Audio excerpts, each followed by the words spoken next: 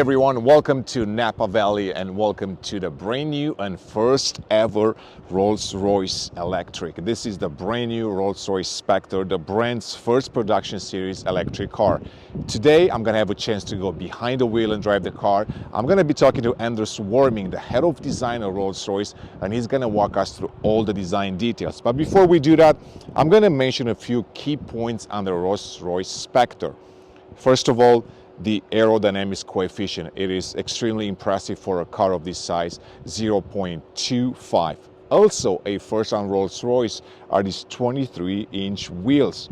To make it even more interesting, and Anders will tell you more about that, the Spirit of Ecstasy has been redesigned. They spent hundreds of hours to make sure that they can improve the aerodynamics around that, because the airflow goes over the hood and over the roof, and they mentioned that they had to spend quite some time to optimize that as well. From the side, you can see that this one resembles a boat. It is beautiful, it is clean, it is very elegant, and once again, we'll talk about that design details in the next bit. If you look at the doors, these are the largest doors ever offered on a Rolls-Royce. So that's a first on the Spectre. Speaking of a first, also this particular hull line from the front all the way in the back and ends into the taillight, the hull line, it's the longest ever offered on a Rolls-Royce, and it measures 6.5 meters. From an engineering perspective, to be able to build an aluminum piece, a single piece of that length, it's quite an impressive achievement. So another first on the Rolls-Royce. The Spectre also comes for the first time with the Starlight incorporated into the doors. They call that the Starlight illuminated doors, and essentially you can sit inside the car and you can see all these lights, thousands of lights surrounding you from the top to the side. So another impressive feature in the Rolls-Royce Spectre. When you go inside the Rolls-Royce Spectre, you also notice that this is still a Rolls-Royce. It's not necessarily an electric car.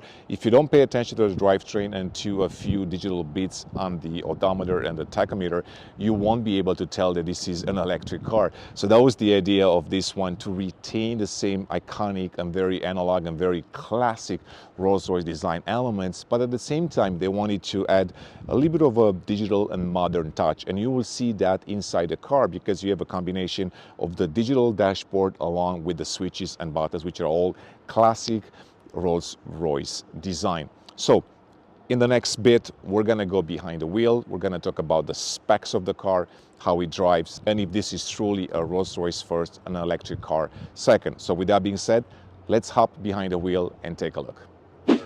I'm in the car with Pros from Yahoo Finance. We've had a chance today to drive the Spectre quite a bit, but right now we want to chat with you a little bit also and share our thoughts on the car. So I'm gonna drive off, then we can chat a little bit about the car, about the specs, what it means for the brand and all of that. Sounds good? Can't wait, man. All right, let's go. So you heard the sound, now we're in drive. And as you can hear, completely silent, right? This is an all-electric and the first ever electric production series Rolls-Royce. Of course, they had a couple of concept cars before that we've seen, but this is the first time they're bringing one to the market for normal consumers. So with that being said, tell me first what your thoughts were on the car, and then I can talk about mine a little bit as well. You know, when I first saw the car when they debuted it on, I didn't see it in person. I saw it online, and I thought, this is the best looking Rolls-Royce I've ever seen. I mean, coupe drop back, kind of drop head kind of coupe design, just beautiful car. I thought they did a fantastic job with the front and the back, better than the Wraith, and obviously excited to try out what an electric Rolls-Royce would be. And it is extremely smooth, as powerful as a V12 is, if not more. It's really impressive composed car. I mean, what could you ask for a Rolls-Royce, right? Exactly. Yeah, so I guess we can start with a little bit about the driving experience, because I guess both of us, the moment that we hopped behind the wheel, we kind of felt like this is just a normal Rolls-Royce. Unless you know you're in a Spectre, you wouldn't be able to tell just by driving the car immediately that you're in an electric car. Of course, if you use the one pedal brake recuperation, then you would tell it's an electric car, but other than that, you just can't really tell this is an all-electric Rolls-Royce. And I guess that's what the brand really wanted, right? To build a Rolls-Royce first, as they say, and then an electric Rolls second, and I guess they achieved that. Yeah, I kind of want to. It kind of makes me think that this is the sort of the evolution of Rolls-Royces. All they've ever wanted was a quiet propulsion, ultra smooth luxury, high-end premium luxury experience, and they finally got there. The thing that comes to mind is that they refined that V12 so much and made it so quiet that it's almost like you said, there's no difference. Like, exactly. So why go from V12 to electric power? Well, being green and it's better for the environment and all that sort of stuff. But it makes you think: is this what the evolution led to? This is it, right? Exactly. And I'm a fan. For sure. It's also interesting what they mentioned about the engineering of the car, because they said with the V12 they always try to offer as much torque as possible immediately, so the experience is quite smooth and powerful. And they were mentioning how they were sending the power to the V12 through the drivetrain and then to the crankshaft onto the wheels, and essentially they realized that by using an all-electric motor, or two of them in this car, that they don't have to worry about that. And instead of trying to push that torque even higher like they did with the V12 in this car, they were trying to actually a little bit minimize the torque in the car by adding a lag in the drivetrain. So they said because they want the car to be very smooth off the line, not neck snapping like some of the electric cars, they said, let's add a little bit of a lag in the power delivery, make it more linear and progressive, typical to what a Rolls-Royce customer would expect. And I guess they mentioned this champagne test where, if you're a chauffeur, you might get fired if you're driving too aggressive and the customer or the owner cannot have their champagne. Exactly. So very unique approach to electric cars from Rolls-Royce versus pure straight line performance that you see from electric cars. I got to know, Horatio right now is driving a very curvy, challenging road up the side of a hill. We're in a Rolls-Royce that's about 6,000 pounds and the size of a yacht. This is the thing, I'm going to get your take on it. What's it like driving it right now? Because for me, it's a little bit nerve-wracking.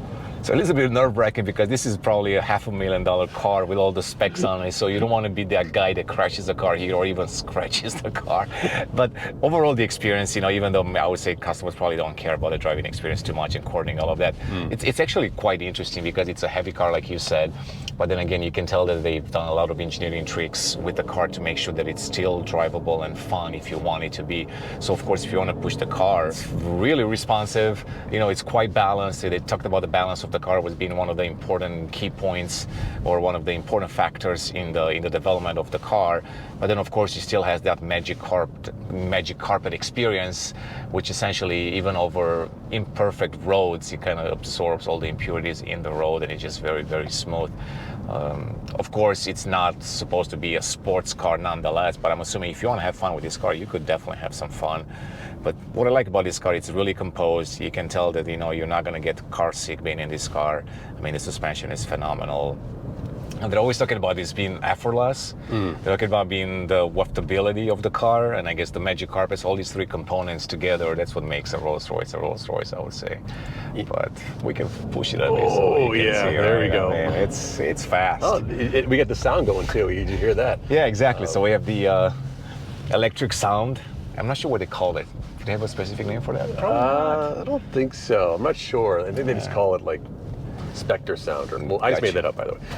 But it's funny. I didn't mention the waft. I was talking about before. I didn't mention the waftability, and that definitely is a key component that they've accentuated and they've made kind of a hallmark with the cars. But then also with this EV powertrain, you really feel that.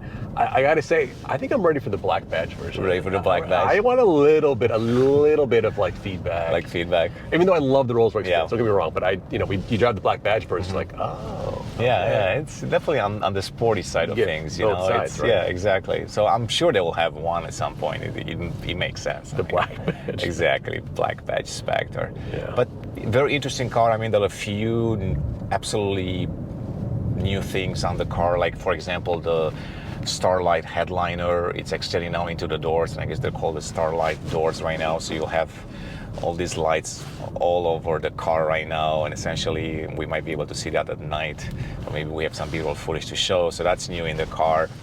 They also have this huge aluminum piece where they said it's the longest on the car, basically, and the longest ever on a Rolls-Royce, 6.5 meters long. And that's the one that extends from the front all the way in the back, giving the car that really nice boatish kind of look, very smooth, very lean.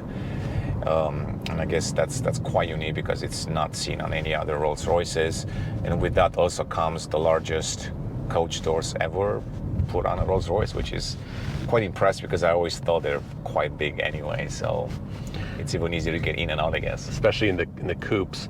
Speaking of the doors, want to note that this wood finish, this is first for Rolls. Is it Rolls first? Okay. Yeah, these wood veneers. Instead of the Starlight, you can get the wood veneers here in the door. I guess it's a new thing they're doing for this car. Gotcha.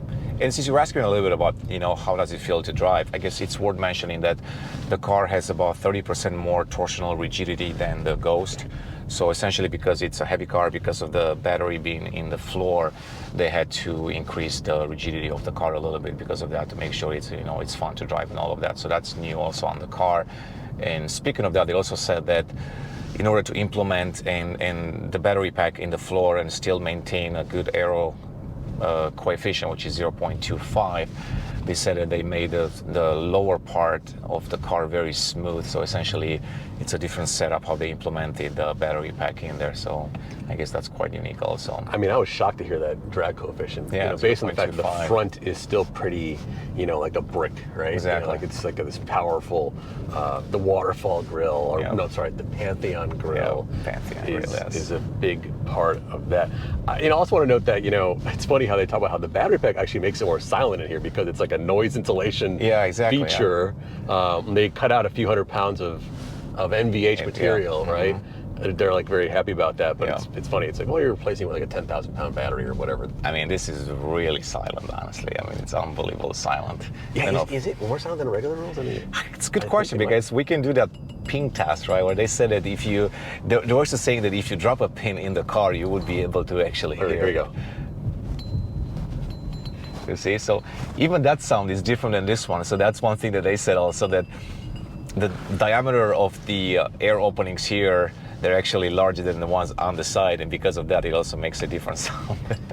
So they really pay attention to every single little detail, which is impressive. Yeah, for sure. Speaking of details, I guess it's got a combination of digital and physical buttons here. So of course, you still have the Rolls-Royce cluster setup right here, the cluster instruments here, and in front also. But this is all physical, and that's all digital.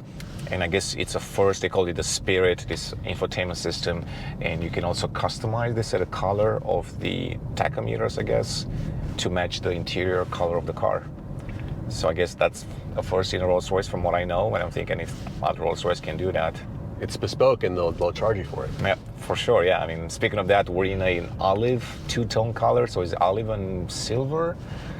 Yeah, or something is like it that. A beige color? I can't even tell, but it's very unique. I mean, you got that olive with sparkles in it, absolutely breathtaking color. I think you're right. It is the one of the press cars here. Yeah. It's the most striking gangster, Lucky Luciano style. I mean, I would get something like this. Two-tone for sure. It's really cool. Right. And you mentioned the aero coefficient. I guess another interesting tidbit, fact.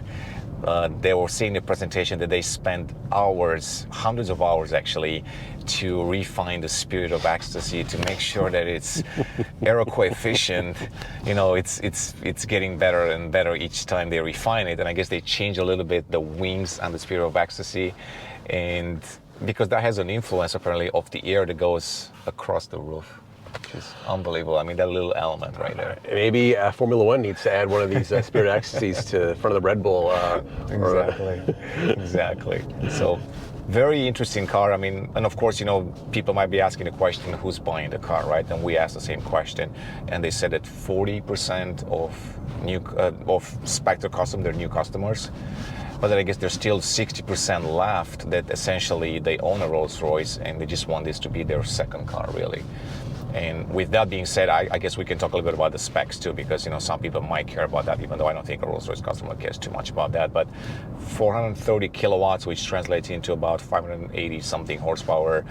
They haven't told us the 0 to 60 times, but I'm assuming it's quite fast. You can feel it here, see it here. I mean, I just felt it right there, yeah. Top speed 155, kind of normal. EPA range, I guess 310, 320 in WLTP miles, and then 260 something on EPA. We'll take a look at the efficiency actually in kilowatts hours at the end. We can pull that up and see what's the efficiency on the car. But once again, I don't think the customers care about that. Yeah, and you know, we were looking at the car that was fully charged before we hopped in, and it was, I think, 318 was the stated range. I'm not saying you're going to get that, but at least it was estimating that. Gotcha. Yeah, and I mean, charging, once again, we asked about the charging capabilities, and apparently it goes from 0 to 80% charge in about 34 minutes, but they said that most of their customers have their own setup at home, so essentially they can charge it overnight, so it's not a huge issue, you know, maybe compared to regular electric cars that you need to charge, you know, DC fast charging and all of that. I even heard an anecdote that some Rolls-Royce customers are actually looking into installing their own DC fast charger at home. I mean, just to be clear, that's like at least $100,000 investment into, and it's like you need to have a commercial like license. I mean, it's insane, but also 102 kilowatt hour battery, so not huge, but not also puny either. Probably the right size for this car, I think. Attention to details once again. They're talking about this 55-degree angle and some of the design elements inside and out, and you can see it on the doors. You mentioned the wood panel right there. It's a 55-degree angle. You can see the door cutout, another 55-degree angle. If you look on the outside, even the charging port, the charging flap, it's got a 55-degree and the lights, angle. right? And the lights. So if you look at the lights and the charging port on the same side, they're 55-degree angles. And I guess they're selling really well so far because they seem to be sold out into 2025. So if you're looking to buy a Spectre, you know, it might be a while till you're able to get one. But I'm most excited to see what customers like Michael Fuchs and all these guys do with Spectres, because they always push the envelope when it comes to materials, to colors, to all of that. So now being an all-electric, I'm trying to see if they're going to come up with something, you know, different and unique compared to like a Phantom. Knowing that guy is going to put like a lightning bolt like down the middle. Exactly. Yeah, probably be something very unique that says this is an electric Rolls-Royce. So absolutely unique car for sure. And once again, what else did we miss, you know, on this car that we haven't talked about? I mean, the design, right? We talked about that a little bit. Yeah, I mean, also 2+2 design, like actual room back there for people to sit, and it's like a nice. What do they call it? Like a gallery or art? Yeah, gallery, like, and also like a cocoon feel. They want you to, like, you know, for you to feel like you're part of the car, really. So once you go inside, it kind of wraps around you, and that's why if you look from the outside, from a top view, you can see that kind of cocoon around the car, and you can feel that inside as well. I mean, I sort of did with this. The dash is pretty high. I mean, and you have the high sill here. It really feels like you're in this cocoon, and almost like, you know, I could maybe have a bit more visibility, maybe. I mean, you feel like you're really removed from the elements. So I get it. I totally understand it. And that's just the look of the car. It's like the sleek. You are absolutely really sleek. Yeah. It doesn't feel like a big car when you drive it, right? In some way, it just feels easy to maneuver. Yeah. I was just thinking about it right now as I'm driving, like, so effortless, really. I mean, it doesn't feel like you need to worry too much about driving it like every day. Well, and it's all-wheel drive, right? So again, maybe that's part of that, the dual motor setup. Of course, it has the four-wheel steering, so that always helps with tight spaces and in the city. And especially if you go higher speeds, that tends to adjust the driving experience as well. I guess last point, they also have a brake recuperation. We talked about a little bit. It's called a B mode, so one pedal feel. It's one of those things, you know, I was talking to one of the product managers too, or the marketing guy, that it's either you love it or hate it. So people that are used to electric cars, you know, they love that because, you know, they can let the car do the braking for them. I mean, you can put it on right now and you can see it's quite aggressive actually. And or you can just turn it off and essentially have the Rolls-Royce driving experience. Yeah, I kind of liked it with the recuperation turned off, because it actually does a little amount of recuperation even with that going off. So you're getting that best of both worlds there. But if you're really going downhill, you're really going to do some driving that is kind of extreme up and down. Maybe you want that B mode on to get some energy back. Yeah, because otherwise, I mean, it could be annoying if you're not used to the B mode or the one pedal braking. It could be annoying and it can get you car sick if you're not used to it. Of course, you can get used to that. Knowing myself, if I would own this one, I would definitely use that just because I want to get every little kilowatt into it. But I'm probably not your typical Rolls-Royce customer. I think you asked me what color combination would you get? I know, right? If you have $500,000 today and you've seen all the colors, or you've seen all the colors right here, which one would you pick? I really like the one that we're in right now. I do like the chartreuse. There's a chartreuse that's like this with lime green, but metallic olive kind of looking car, and they have one with the sport black two-tone as well. But I really think this one that we're driving in, is the most classic Rolls-Royce, I think it harkens back to the early days of the brand. It just kind of gives you that coach-built look that I think it looks so awesome, and only really Rolls-Royce can pull off. Yeah. I mean, there was one that I liked quite a bit. It was a purplish one. Oh yeah, that one was awesome. It's quite cool. Yeah. So yeah, very, very interesting car for sure. I mean, this is the first experience with the car. I'm assuming we'll have a chance to drive it a lot more, maybe like a week-long test to see what it feels like to live with the car. But I guess if they were looking to deliver on a Rolls-Royce experience with like a drivetrain, they definitely did it. And we've had fun today driving, in Napa Valley, probably a place where the car feels at home. We went to a couple of vineyards. That's exactly what you want to experience. As a final point on this one, I also feel like this is still a driver's car, so it's not a Phantom. It's more in line with the Ghost. It's a car that you want to get behind the wheel and actually drive. It's not a car that you want to sit in the back and be driven. That was my impression, yeah. And these are the guys people that are buying this car, people that want to drive it. Active people, young people, yeah. Entrepreneurs. They want to be behind the wheel, and this is the car that will allow them to do that in a modern way. Yeah, sure. And I feel like the customer base for this car, I'm assuming it will be younger than any other Rolls-Royce. I mean, even younger than the Ghost, which was quite young, I guess in the 30s. This one might be even younger, or maybe like around that, because we've talked about this a little bit. A lot of people that care about the eco-friendly aspect of cars and all of that.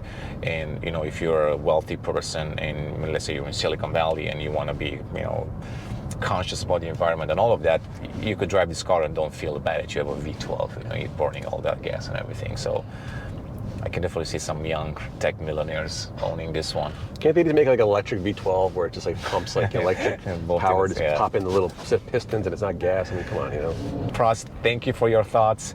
I guess we'll go for a little bit more driving. Thanks for having us. Thanks, man.